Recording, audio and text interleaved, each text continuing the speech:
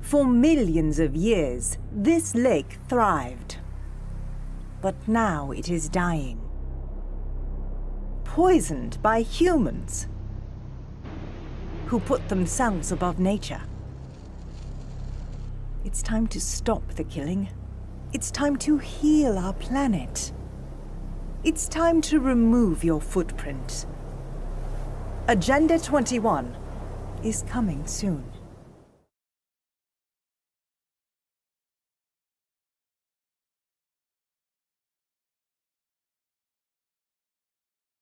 Thank you very much. I want to tell you how excited I am to be here tonight to see all of you. And it's not just because you've come here to hear me speak, but it's because meetings like this are taking place all over this country. And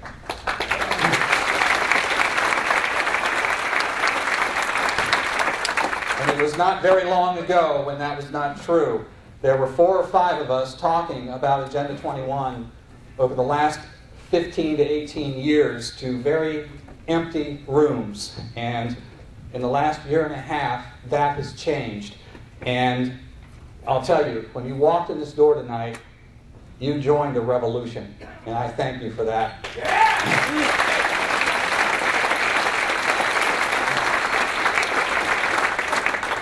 Now, to lay the proper foundation for our discussion today on Agenda 21, let me begin with this quote from Ayn Rand in Atlas Shrugged.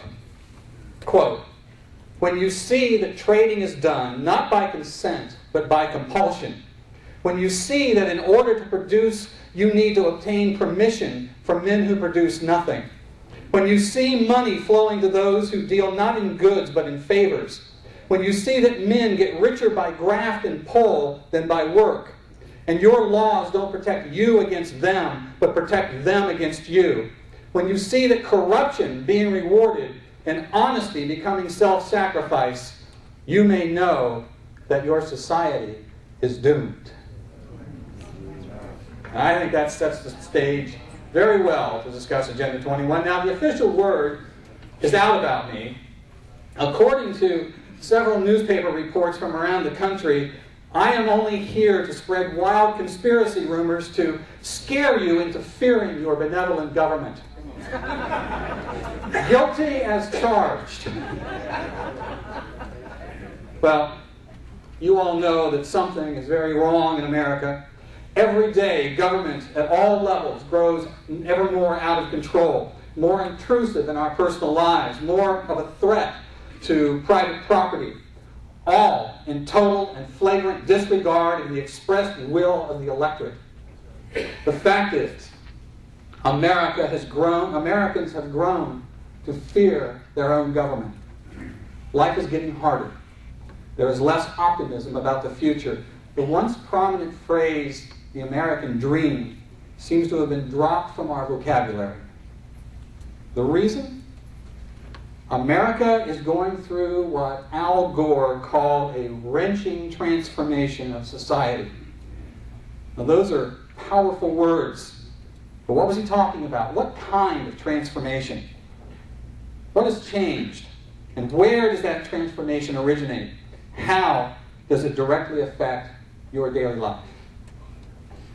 The old structure of what was once the United States of America is being replaced with a new political and economic order that is drastically changing the very underpinnings of the nation.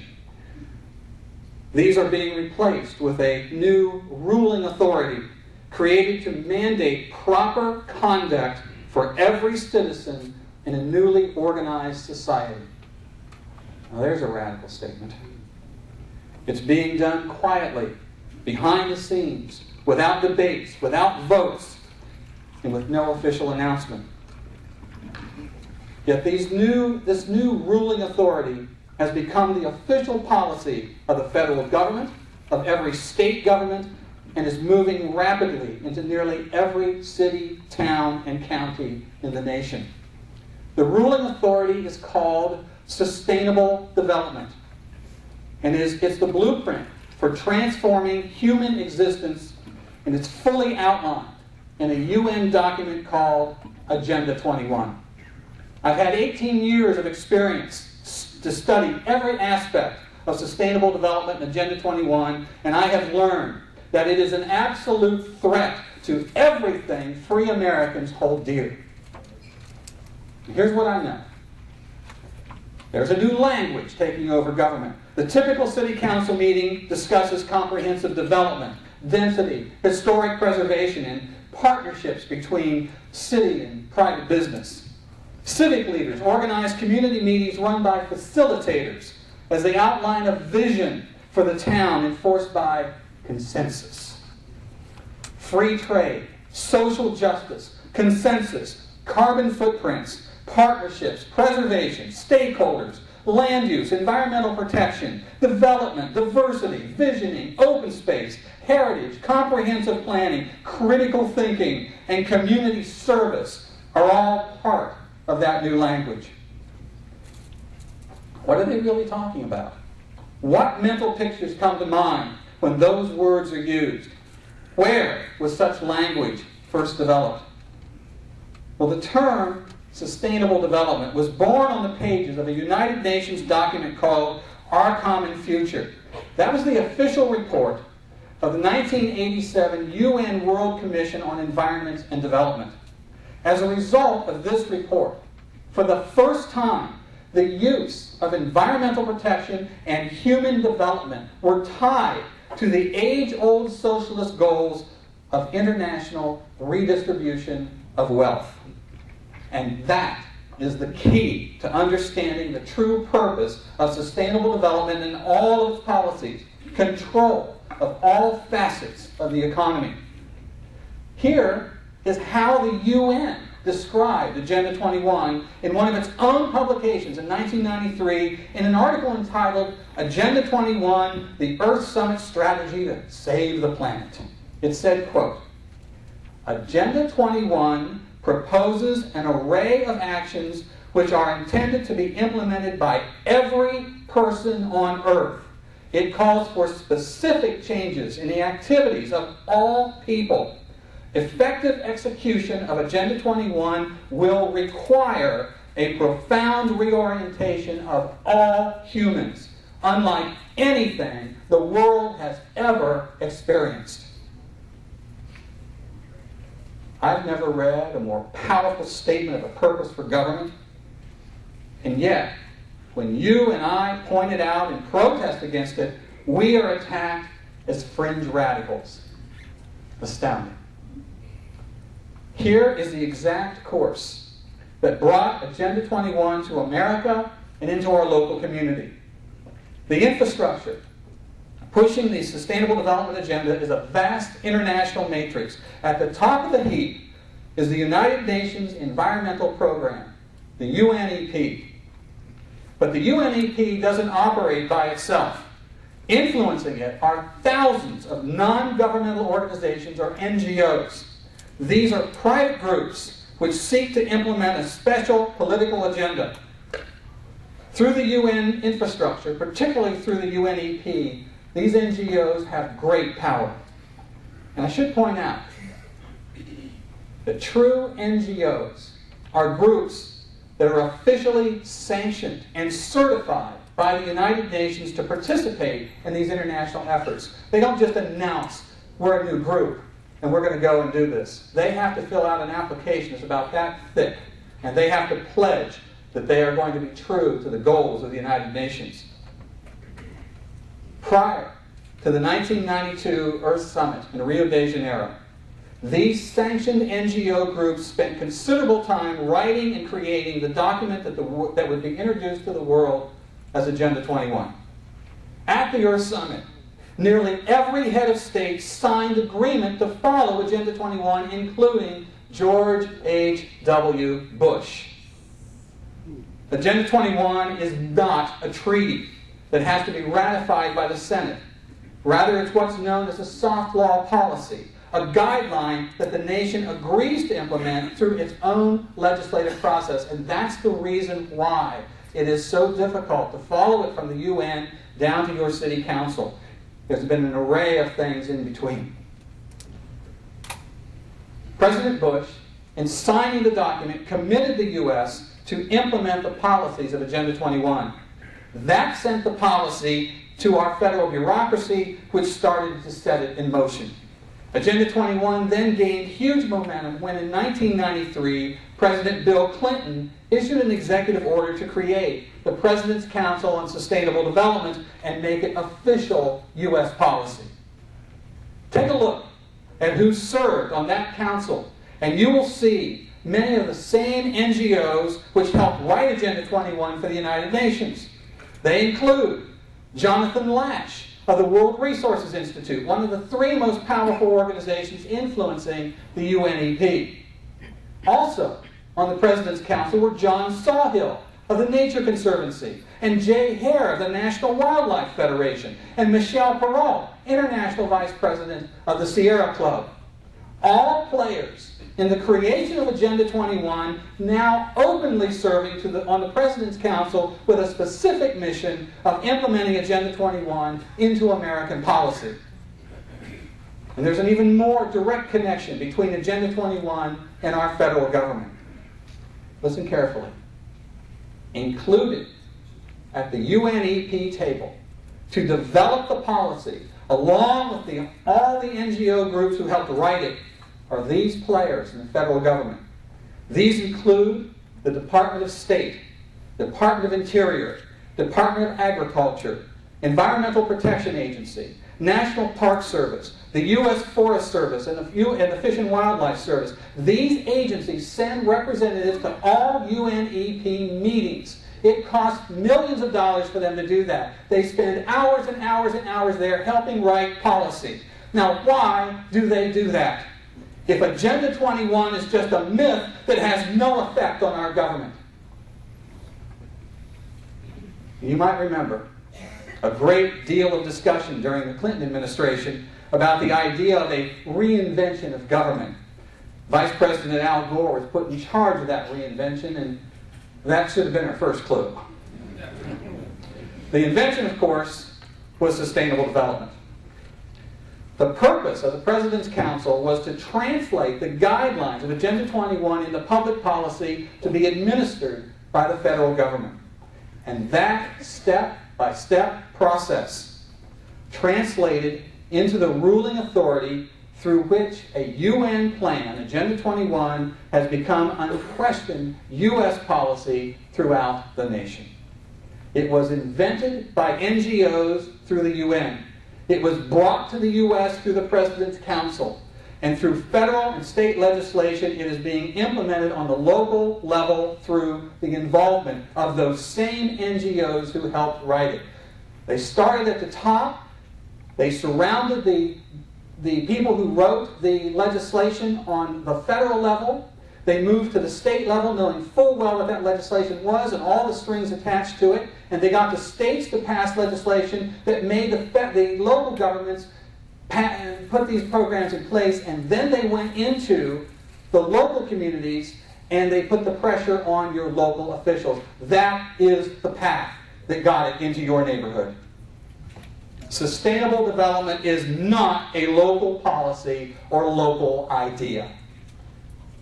So, and it's important that your lawmakers know the Agenda 21 connection in order to understand the origins, the philosophy, and the true purpose behind the plans that they are implementing. So, what is sustainable development? Sustainable development is about a planned central economy and redistribution of wealth on a local, state, national, and international level.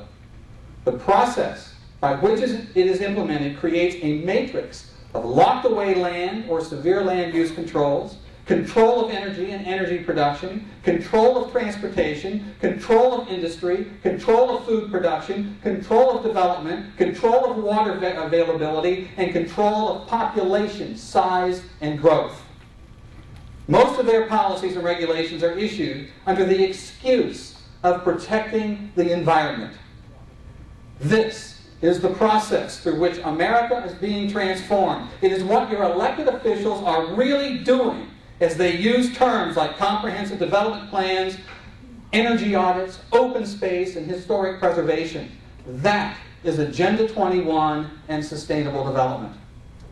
Agenda 21 is not just policy. It is a complete system to change the way we think, the way we react, the way we make decisions. And those who promote it have very specific ideas as to how they want you to answer each of these things. That's why it's called an agenda. Let me show you what I mean. The Sustainable Development logo, used in most literature on the subject, contains 3 connecting circles. Each one's labeled. One is labeled social equity, one is economic prosperity, and one is ecological integrity. That logo is basically the blueprint. We know these as the 3 E's. Let me take them one at a time. Social equity.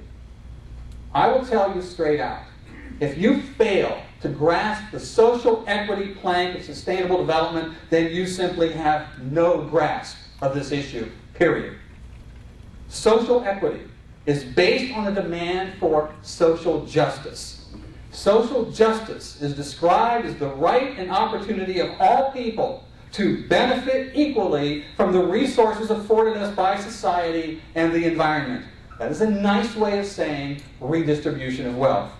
And by the way, Karl Marx was the first to coin the term social justice. Today, the phrase is used throughout sustainabilist literature, and it is the root of new policy initiatives. The sustainabilist system is based on the principle that individuals must give up selfish wants for the needs of the common good or the community. This is the same policy behind the push to eliminate our nation's borders, to allow the migration of those from other nations into the United States to share our individually created wealth and our taxpayer-paid government social programs. Borders, they say, stop the natural migration of the human race.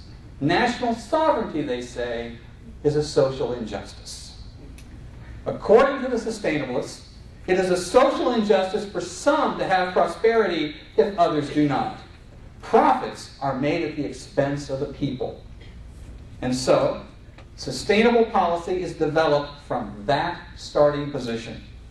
As a result, social equity through sustainable development is a means to a forced utopia with promises of health care for all, jobs for all, housing for all, and equality for all. Kumbaya. So, the reason the government refuses to secure our borders is because it is committed to imposing sustainable development. The reason Congress refused to listen to your pleas against centralized health care is because it is committed to imposing sustainable development. Simply do a Google search for the words sustainable medicine, and you will find more than 5,800,000 references containing most of the provisions of Obamacare. And incredibly, a new social justice plank making its way through state governments is called, are you ready? Gross National Happiness. The GNH. Under the health plank of Agenda 21, it is an attempt to qualify in psychological terms general well-being. If allowed to move forward, gross national happiness will slowly replace gross national product as a standard to measure the health of the nation. Rather than using economics, it will measure social trends that affect quality of life. You know all those surveys your kids have to fill out in school?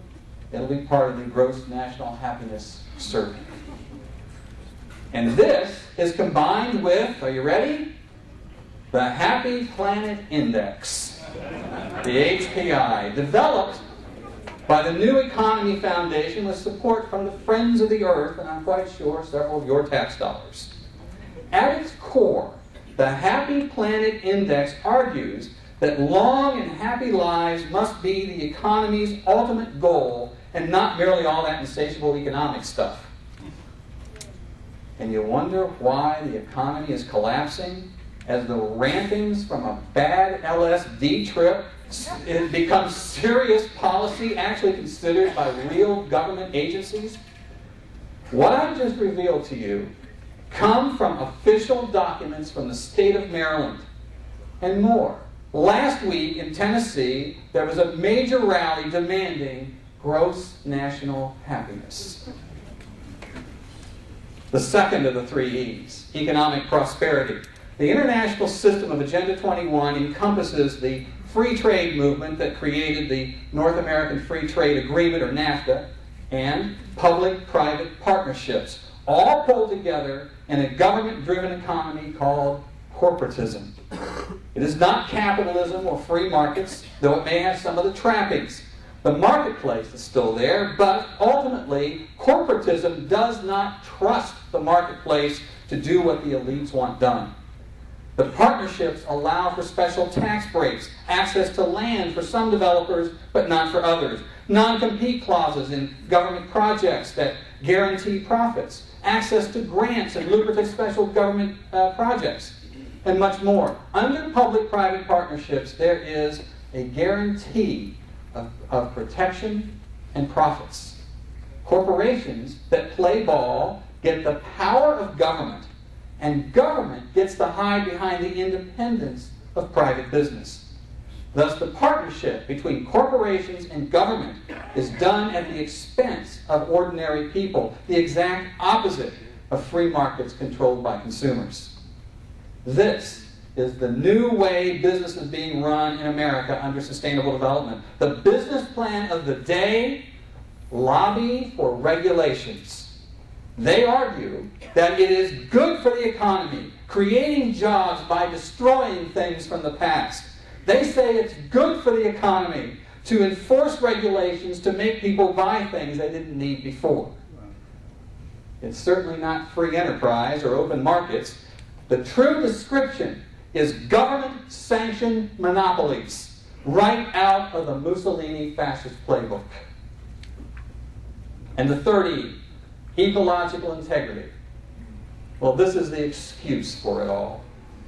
To understand the power of the transformation of society under sustainable development, consider this quote from the UN's Biodiversity Treaty, which was also introduced at the 1992 Earth Summit. It says, quote, "Nature has an integral set of different values, cultural, spiritual, and material, where humans are one strand in nature's web, and all living creatures are considered equal. Therefore, the natural way is the right way, and human activity should be molded along nature's rhythms," end quote. This quote lays down the ground rules for the entire Sustainable Development Agenda. It says, humans are nothing special, just one strand in the nature of things, or put another way, humans are simply biological resources.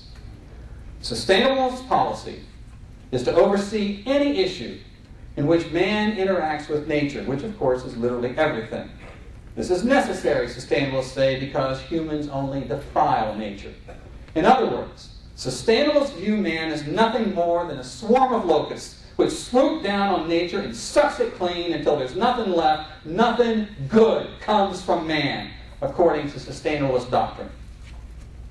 And private property ownership and control is a main target of sustainable development. Consider this quote from the report of the 1976 UN Habitat 1 conference, which said, quote, "Land cannot be treated as an ordinary asset controlled by individuals and subject to the pressures and inefficiencies of the market.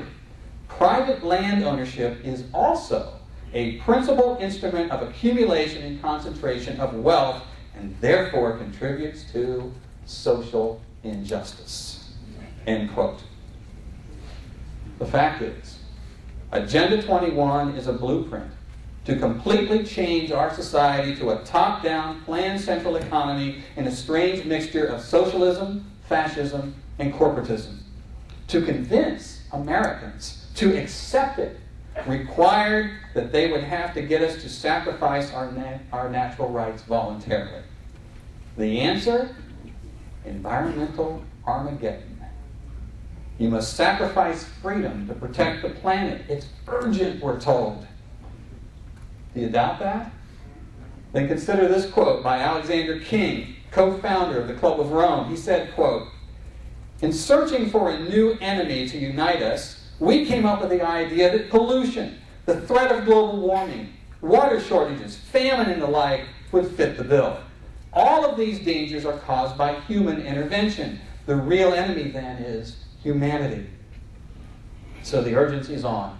Global warming and climate change are feeding the hysteria. There's no time to consider things like individual concerns and wants and needs. Selfish, cries the sustainabilist. We must save the environment. Go green. Get out of your cars. Stop using energy. Sacrifice. Cut your carbon footprint or perish. And so, federal and state governments, working hand in hand with a horde of non-governmental organizations, private groups with personal political agendas, force passage of rules and regulations passed down to local communities. But, say your local officials, none of that UN stuff, socialist stuff is true, just conspiracy theories from right-wing radicals. We're just creating the tools necessary in a local effort to manage growth and development for our community, they say. Have you heard these? Then consider this quote from J. Gary Lawrence, a planner for the city of Seattle and an advisor to the President's Council on Sustainable Development. He said, quote, "Participating in a UN-advocated planning process would very likely bring out many who would actively work to defeat any elected official undertaking Local Agenda 21. So, we will call our process something else, such as comprehensive planning, growth management, or smart growth." Local indeed.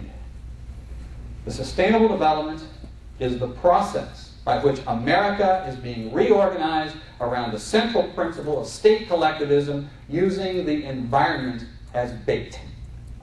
This is a political movement led by those who seek to control the world economy, dictate development, and redistribute the world's wealth. They use the philosophical base of Karl Marx, the tactics of Adolf Hitler, and the rhetoric of the Sierra Club. Everything connected with sustainable development translates to higher costs, shortages, and sacrifice. And the best way to understand what sustainable development actually is can be found by discovering what is not sustainable. Maurice Strong, Secretary General of the UN's Earth Summit in 1992, said, quote, "Current lifestyles and consumption patterns of the affluent middle class involving high meat intake, use of fossil fuels, appliances, home and work air conditioning, and suburban housing are not sustainable." So, how is this wrenching transformation being put into place? There are 4 very specific routes being used. In the rural areas, it's called the Wildlands Project. In the cities, it's called smart growth. In business, it's called public-private partnerships. And in government, it's called stakeholder councils and non-elected boards and regional government, or reinvented government.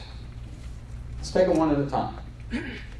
The Wildlands Project was the brainchild of Earth First Dave Foreman, and it literally calls for rewilding 50% of all the land in every state back to the way it was before Christopher Columbus stepped foot here. Think about that. In 1983, when Foreman first dreamed up the scheme for the Wildlands Project, he said, quote, "It is not enough to preserve the roadless, undeveloped country remaining.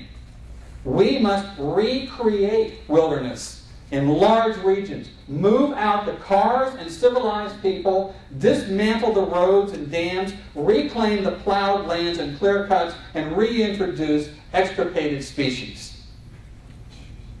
Destruction of human civilization was his goal. In reality, the Wildlands Project is a diabolical plan to herd people off the rural areas and into human settlements. Crazy, you say? Well, yeah. Impossible? Not so fast. From the demented mind of Dave Foreman, The plan became the blueprint of the UN's Biodiversity Treaty. So now the scheme is international in scope with the power of law. Thomas Lovejoy, a science advisor for the Federal Department of Interior, said, quote, "We will map the whole nation, determine development for the whole country, and regulate it." And your local elected officials are helping to implement this insanity. Yet they're quick to deny that such ideas have their origins on the international level, and they accuse me of wearing a tinfoil hat and hearing voices. Well, here's a voice I hear. Again, Maurice Strong said at the UN's Earth Summit, quote, "Isn't the only hope for the planet that the industrialized nations collapse? Isn't it our responsibility to bring that about?" Is that not what you hear in the news every night? The collapse of the industrialized nations? And that is the true agenda we face. But how do you remove people from the land one step at a time? There are many tools in place to stop human activity and grow the wilderness.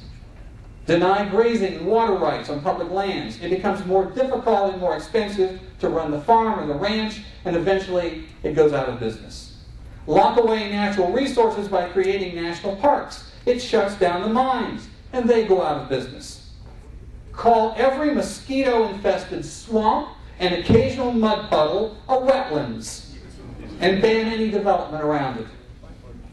Invent a spotted owl shortage and pretend it can't live in a forest where timber is cut. Shuts off the forest. Then when no trees are cut, there's nothing to feed the mills, and then there are no jobs, and then they go out of business, and in fact, whole towns go out of business.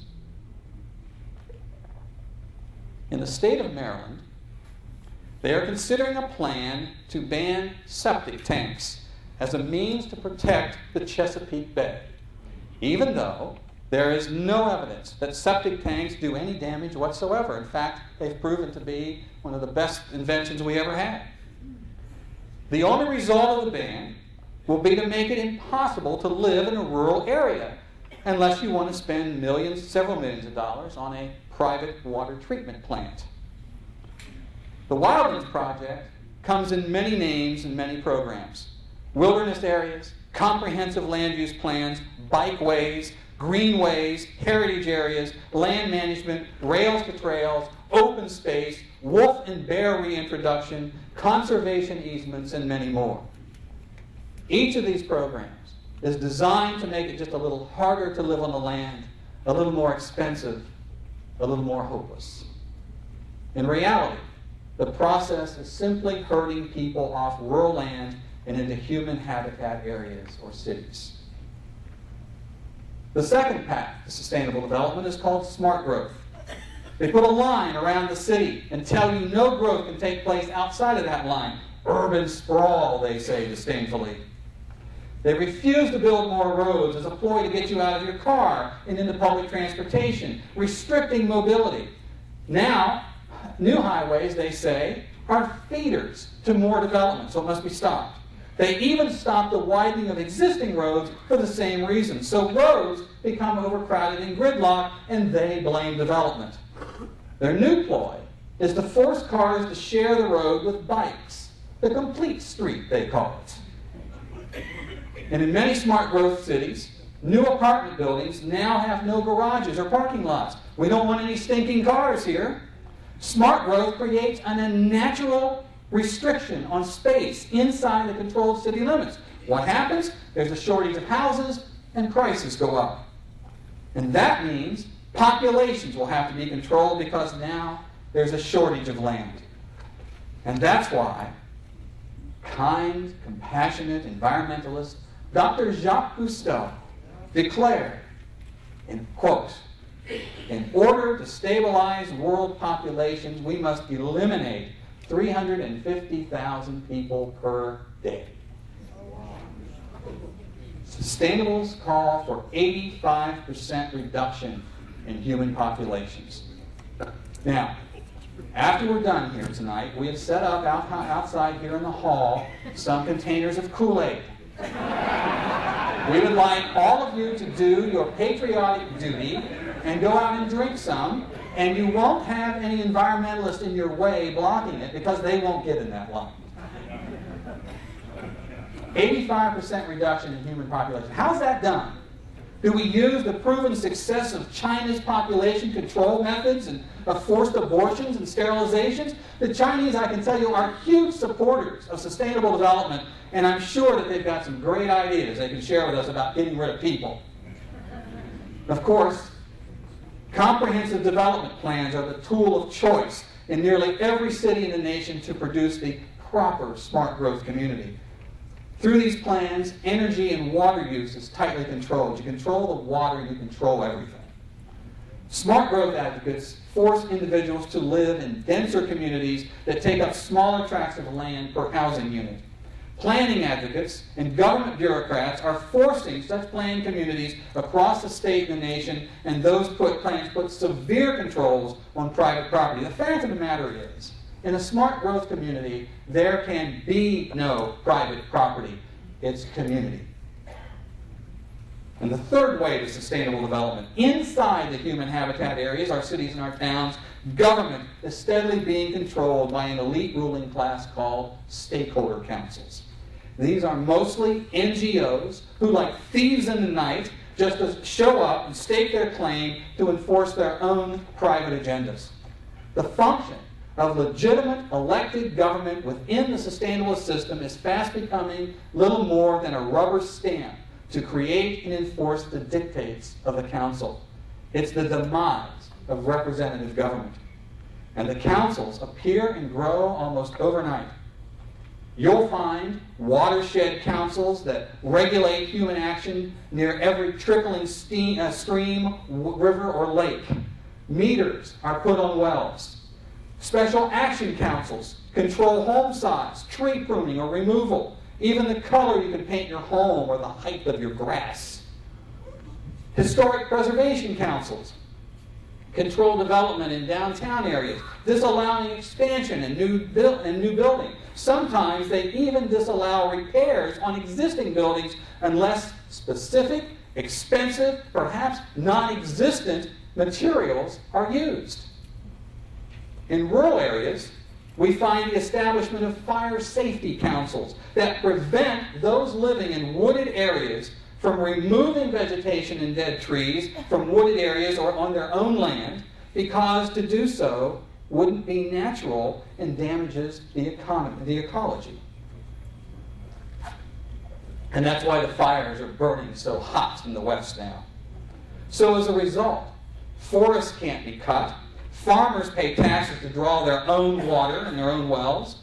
Commercial fishermen can't fish, and regulations cover all possible human activity.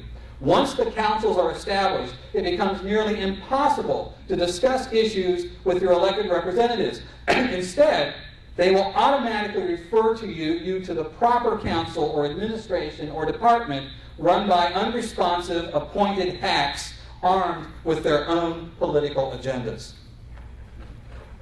These non-elected councils fit almost perfectly the definition of a state Soviet, a system of councils that report to an apex council and then implement a predetermined outcome.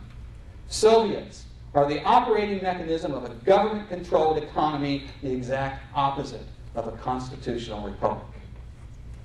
And the fourth path to sustainable development, as I mentioned earlier, public-private partnerships. You hear the propaganda of the public-private partnerships nightly on your television as their commercials tell you to go green. And they use Congress to build more wealth and power. GE and Sylvania used their partnership with government to ban their own product, the incandescent light bulb, and replace it with the new green bulbs. By next year, you won't be allowed to buy incandescent bulbs. Why? Because GE can make 3 times as much for the new ones because they're more expensive. Such is the reality of green industry. In fact, there would be no green industry if not for the billions of dollars in grant money shelled out to the partnerships to develop alternative energy schemes. The fact is, wind energy may well be the least sustainable and least eco-friendly of all electricity options. In fact, it probably requires more energy to manufacture, haul, and install these monstrous windmills and their transmission systems than that windmill will ever generate in its life. Yet the nation, in the name of sustainable development, is investing everything in our future to enforce these windmills over real energy providers. Alternative energy amounts to less than 1% of our energy needs. And for every green job created, 2 in legitimate industry are lost because of green rules and regulations. America has now discovered it has a near infinite amount of shale oil in literally every single state. Rather than celebrate our good fortune to reduce gas prices and eliminate dependency on foreign oil cartels, the sustainabilists are rushing in a near panic to block the drilling of shale oil. You see, to the sustainabilist elite who loathe competition in free markets, such a change in the status quo is terrifying because their control is highly profitable for those industries as they take the tax money through the public-private partnerships. And now, there is a new kind of corporation being developed through public-private partnerships. If you're taking notes, write this down. It's called benefit corporations. As my friend Michael Shaw, Freedom Advocates, describes it, imagine a legislated brotherhood of business where favored businesses get to go to the front of the line for permits, licenses, and opportunities merely because they agree to advance the principles of sustainable development in Agenda 21. 6 states already have benefit corporation legislation: Hawaii, Virginia, Maryland, Vermont, New Jersey, and New York. And 6 more, actually 5 more. I had to change this because I used to say New York was considering it. I learned last night they passed it with no opposition whatsoever. 5 more are in the process of making it part of their state corporate legal system, including California, of course, Colorado, Michigan, North Carolina, and Pennsylvania. This policy will destroy free enterprise for good and guarantee that we cannot stop Agenda 21. Now, many Americans ask how dangerous international policies can suddenly turn up in local government, all seemingly uniform to those in communities across the nation and around the globe. The answer? Meet ICLEI, a nonprofit, private foundation dedicated to helping your mayor implement all of his policies. Originally known as the International Council for Local Environmental Initiatives, ICLEI, they changed their name to get rid of the international word, and today the group simply calls itself ICLEI, Local Governments for Sustainability. But in 1992, ICLEI was one of the groups instrumental in creating Agenda 21. They then made it their mission to go around the world in local communities and begin to help those communities implement it. And it's having tremendous success. ICLEI is now operating in more than 600 cities in all 50 states. The group is shooting for 1,000 member cities in the next 3 years. Each of these cities pay dues to ICLEI to receive its programs. When local governments contract with ICLEI, they agree to implement Agenda 21 policy and sustainable development. And here's just some of the programs ICLEI provides cities and towns in order to spread their own particular political agenda in the name of community services and environmental protection. They bring in software products and associated training, access to a network of experts, newsletters, conferences, training workshops, toolkits, online resources, case studies, fact sheets, policy and practice manuals. And what do they do with all of that? It's all aimed at the employees of your city, city hall, or your county administration. These tools are used to carefully and fully indoctrinate these employees to assure only sustainable policies are considered. And then there's this one, the big one. Notification of relevant grant opportunities. Money with severe strings attached. Grants that they helped create in the first place, and they know full well how when you take that money, maybe just to revitalize downtown, it comes with all the strings, and the town's taken the Kool-Aid, and now you can't turn back. Around the nation, ICLEI partners with others, established organizations like the American Planning Association and the International City-County Management Association, or the ICMA. And then there's the Renaissance Planning Group. These groups and hundreds more like them work hand in hand with groups like the U.S. Conference of Mayors, the National Governors Association, the National League of Cities, the National Association of County Administrators, and more that your local representatives probably belong to. We are now finding that while ICLEI is a convenient target because of its obvious ties to the UN, the American Planning Association may be the most dangerous player in the game. That's because the APA is in literally every city trusted as a legitimate, non-controversial, established organization. It's been around almost 100 years.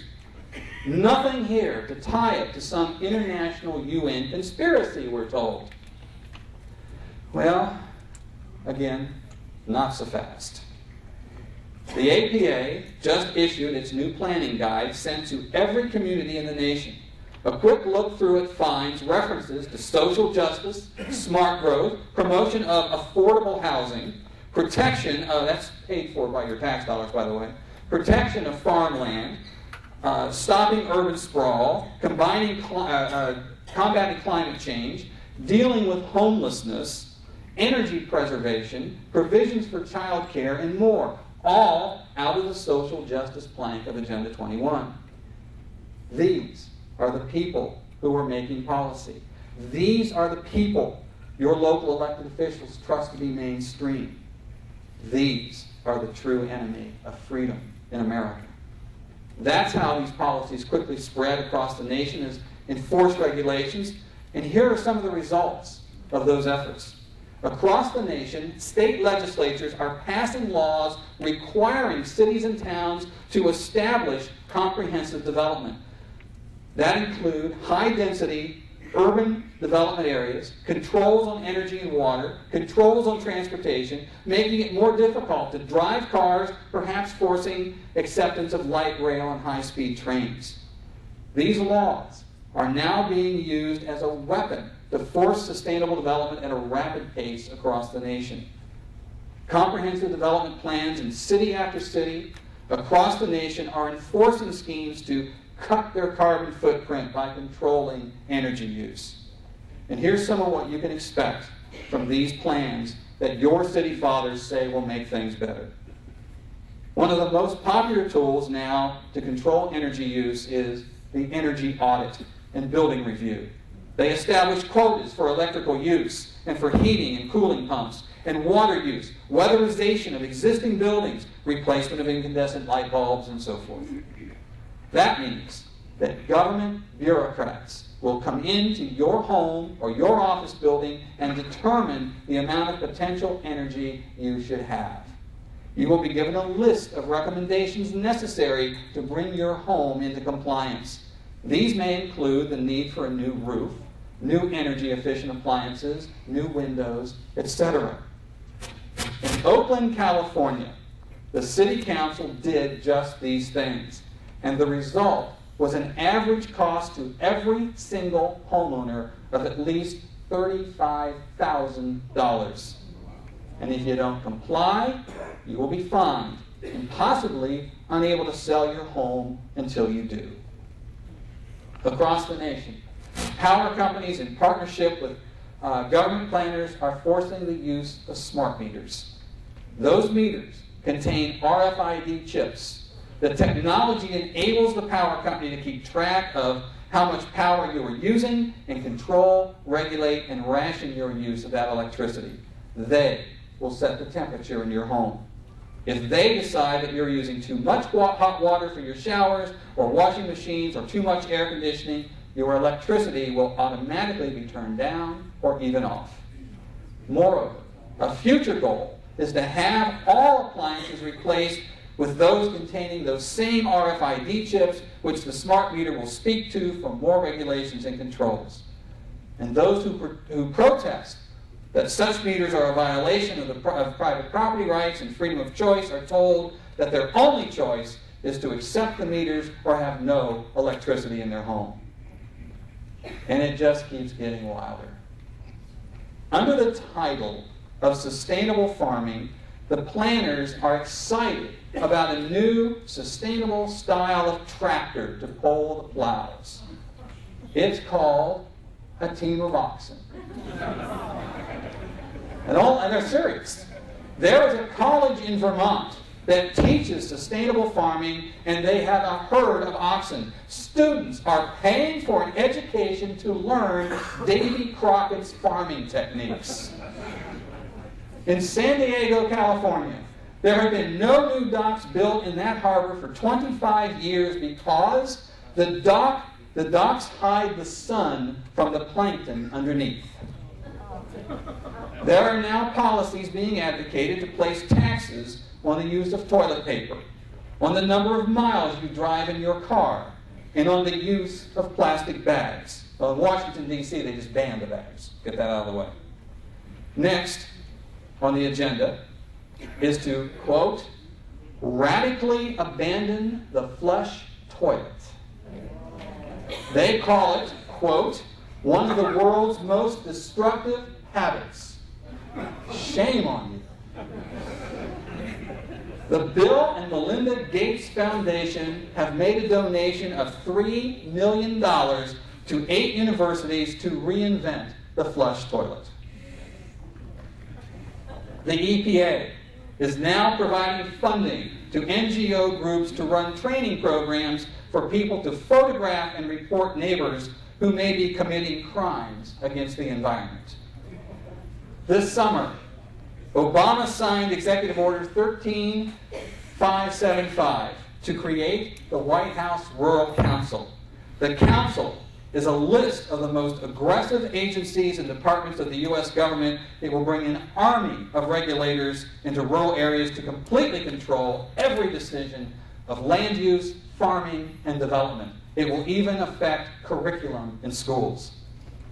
Farmers who have been feeding America for over 200 years will not be able to make a single decision without permission and massive paperwork from bureaucrats from over 25 agencies, overlapping, and lapping again. The result will only be food shortages and higher prices. Welcome to the utopia of sustainable development.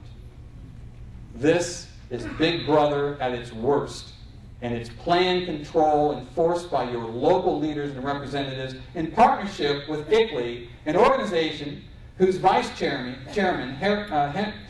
Harvey Rubin, said, quote, individual rights will have to take a back seat to the collective. Now I ask you this. Would any of your elected officials admit to enforcing communism in your community? Of course not. Then why are they so eager to be in partnership with an organization which does? The United States is not a global village run by elders who hand down the rules from on high. We are a nation of individuals whose rights are supposed to be protected and guaranteed by the representatives we elect. We demand accountability from them. However, global forces which do not accept the unique American form of government sneak behind the curtain, avoiding controversy and honest debate. The only possible result can be a tyranny over a powerless electorate stripped of their rights, their property, and their self-determination. Global warming has been the excuse for the hysteria, but true science is now showing that to be the greatest hoax ever perpetrated on humankind. So there's no need for these dire policies to cut back our carbon footprint by forcing us to lock away land and resources and live in high-density cracker boxes. We all want a clean environment. However, what we're objecting to here is not environmental protection, but the process that is being used in its name. There's nothing local or innocent or normal about it.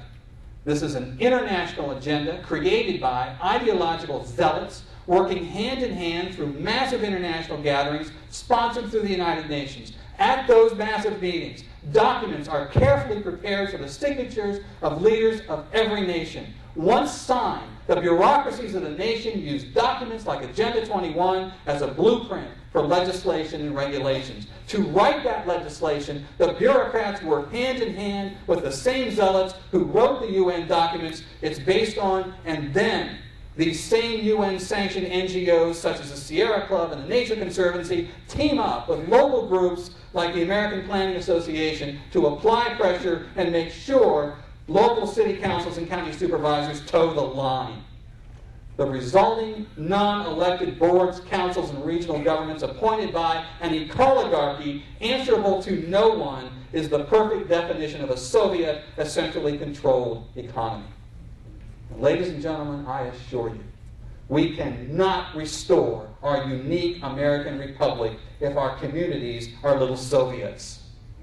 Nor can we protect the environment if our economy is destroyed and free men are unable to make choices other than survival in a sustainabilist tyranny. The sustainabilists are using our carbon footprint as a measure of our guilt. One fact is sure. If you have no carbon footprint, you are dead. Elected officials can no longer play ignorant about the origins of their policies. America is dying while they are denying. It is their elected duty to represent the people and protect them from these piranhas that are devouring our way of life. To save it, you must take action now.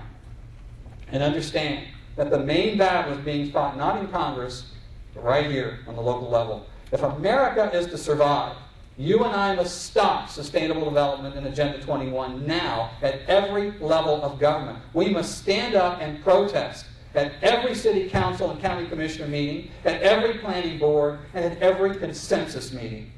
Fight the creation of non-elected councils, commissions, or boards because they can and they will be used as a weapon against your ability to deal and reason with local government. Above all, refuse federal or state money or new sustainable programs and get rid of the old ones. And if ICLEI and the American Planning Association are now running things in your town, and they are, throw them out. Stop payment of dues, disband anything that they have built, and start looking for some high-grade tar and feathers.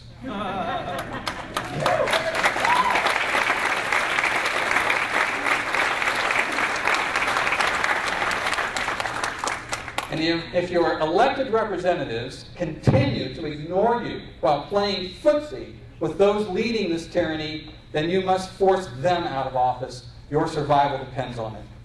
Nameless, faceless bureaucrats wielding power in the back rooms, untouched and unseen, is not freedom.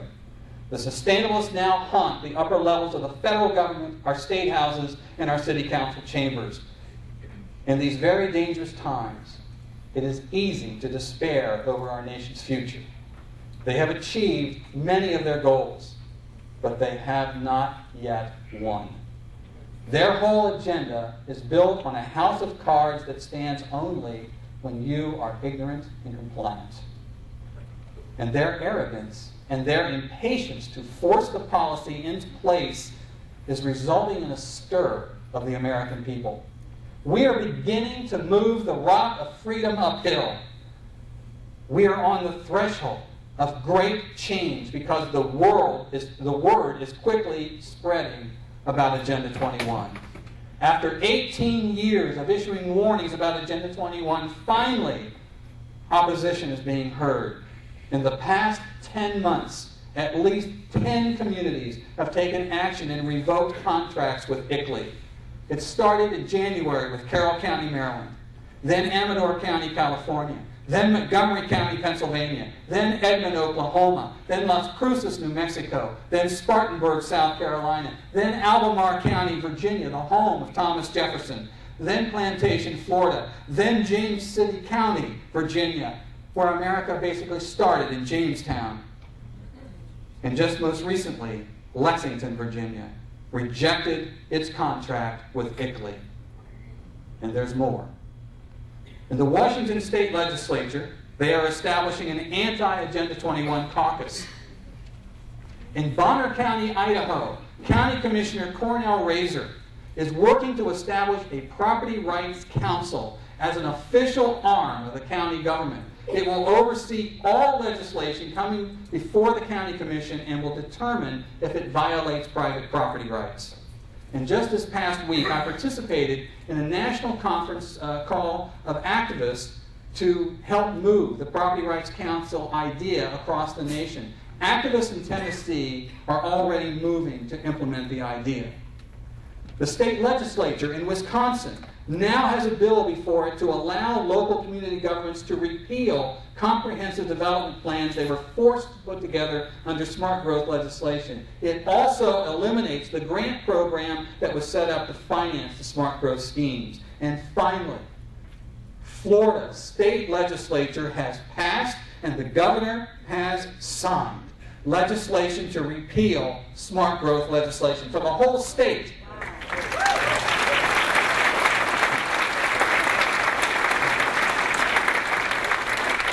That means that now the counties are free from state mandates. This is landmark legislation.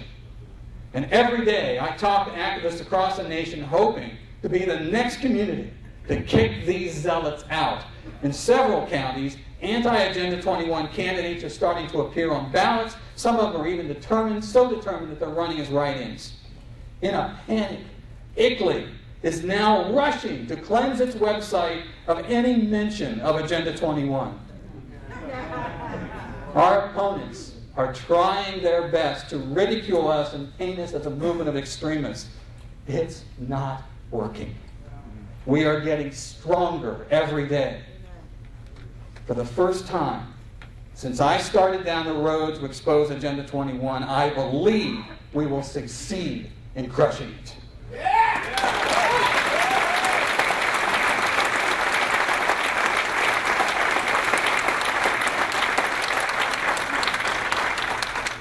You know, recently I watched the film Robin Hood, starring Russell Crowe. And I was struck by the similarities between England of the 13th century and today's America.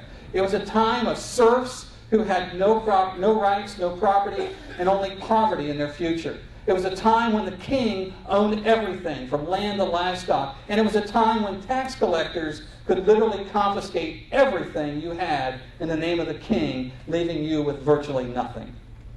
The people attempted to rise up and demand that their king give them legal rights from which they could be guaranteed the ability to benefit from the fruits of their own labor. The people of the 13th century England knew what they had to do if ever they were going to be free.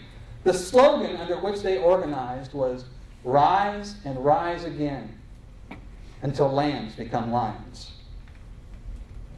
Today, as we face an ever-growing tyranny by a government and a president, as well as elected officials on every level who ignore you, lie to you, deny their actions that you can plainly see, Americans, for the first time in history, face the same evil those Englishmen faced so long ago. And so today, I appeal to you to take that same resolve. Today, begin that effort to rise up and continue to fight again and again. At city council and county commissioner meetings, take their ridicule and return to fight again.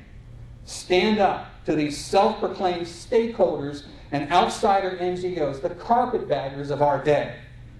Reach out to your neighbors and help them see what a threat Agenda 21 is to their freedom. Never give in.